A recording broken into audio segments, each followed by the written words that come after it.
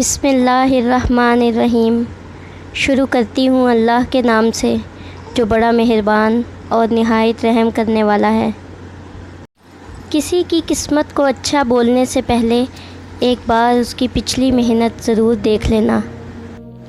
طنز اینک کی مانند ہے جس کے ذریعے اپنے چہرے کے سوا ہر چیز نظر آتی ہے۔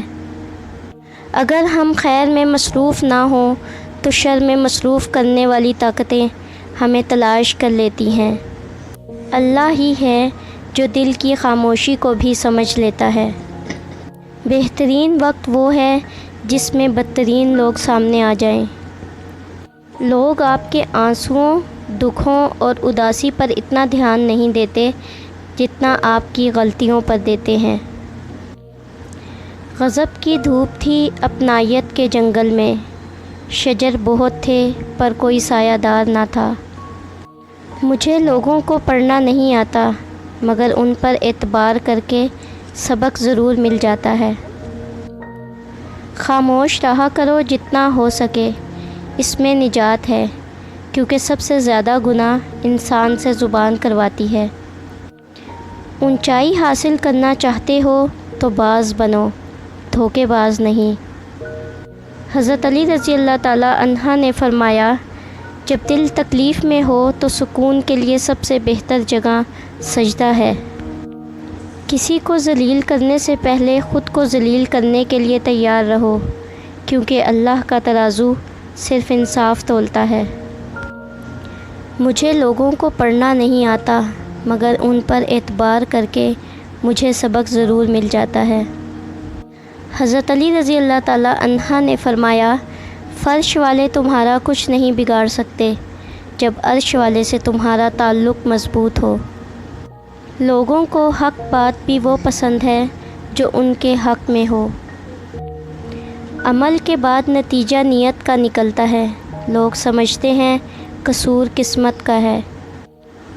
حضرت علی رضی اللہ تعالیٰ عنہ نے فرمایا، اگر خوش رہنا چاہتے ہو تو نہ کسی سے امید رکھو اور نہ کسی سے شکوہ کرو۔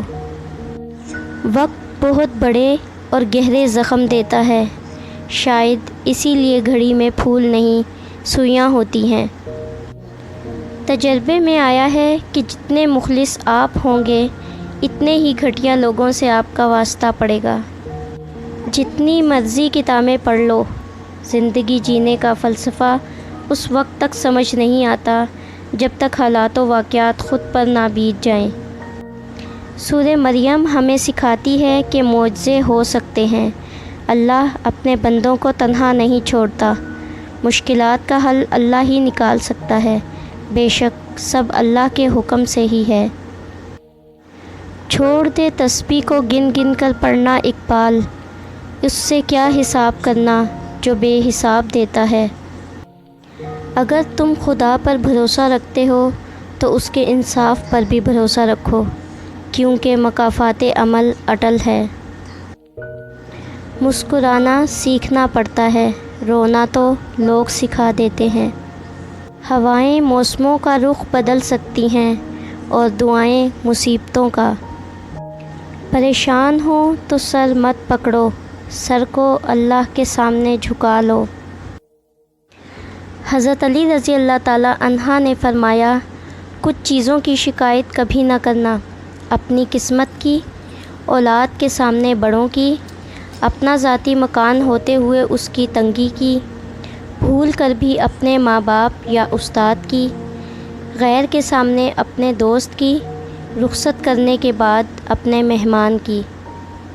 رشتے میں سب سے ضروری بات ہوتی ہے ایک دوسرے کو وقت دینا اور ایک دوسرے سے کچھ نہ چھپانا۔ بھروسہ وہ نازک شیشہ ہے جو ایک بار ٹوٹ جائے تو دوبارہ نہیں جڑتا، اور اگر جڑ بھی جائے تو چہرے دو ہی نظر آتے ہیں۔ ہو سکتا ہے دنیا میں منافقت بازی لے جائے مگر آخرت سچے لوگوں کی کامیابی کا دن ہے۔ الحمدللہ کہنے کی عادت ڈالو، کیونکہ اللہ شکر گزاروں سے بڑی محبت کرتا ہے۔ لوگوں کا سہارا بنو اور خود لوگوں کے سہارے پر نہ رہیں، نہ آپ کبھی بے سہارا ہوں گے اور نہ ہی لوگ۔ محبت کی پہچان مقدار سے نہیں معیار سے ہوتی ہے۔ محبت تھوڑی ملے پر سچی ملے تو زندگی سنور جاتی ہے۔ پھول کی زندگی مختصر سہی مگر خوبصورت ہے، جو ہمیں پیغام دیتی ہے اچھا جیو خواہ کم جیو۔ اللہ تعالیٰ قرآن مجید میں ارشاد فرماتا ہے کہ دنیا کے سہارے مکڑی کے جالے سے بھی زیادہ نازک اور کمزور ہیں۔ لوگ بدلتے نہیں بے نقاب ہوتے ہیں، اور جب ایک بار ان کی شخصیت کا حقیقی رنگ نظر آ جائے تو کوشش کریں کہ اسے دوبارہ رنگنے کی بجائے کنارہ کر لیں۔ اپنے معاملے اللہ پر چھوڑ دیں، مایوسیاں آپ کو چھوڑ دیں گی۔ اپنے والدین کا احترام اور ان کی خدمت کرو۔ تمہیں ان کی اہمیت کا احساس جب ہوگا جب تم ان کی کرسی کو خالی پاؤ گے۔ اگر کوئی شخص اپنی ساری برائیوں پر قابو پانا چاہتا ہے تو وہ سچ بولنا شروع کر دے۔ شجرہ دیکھ کر نہیں بلکہ کردار کی بنا پر تعلق بنائیں، کیونکہ رنگ و نسل دیکھ کر تو جانور پالا جاتا ہے اور انسان کی پہچان فقط کردار ہے۔ مجھے سمجھ نہیں آتا کہ چھوٹے چھوٹے کیڑے مکوڑوں سے ڈرنے والی لڑکیاں غیر مردوں سے ملنے سے کیوں نہیں ڈرتی۔ وہ تماچا جو خلوص کے بدلے پڑے انسان کو بدل کر رکھ دیتا ہے۔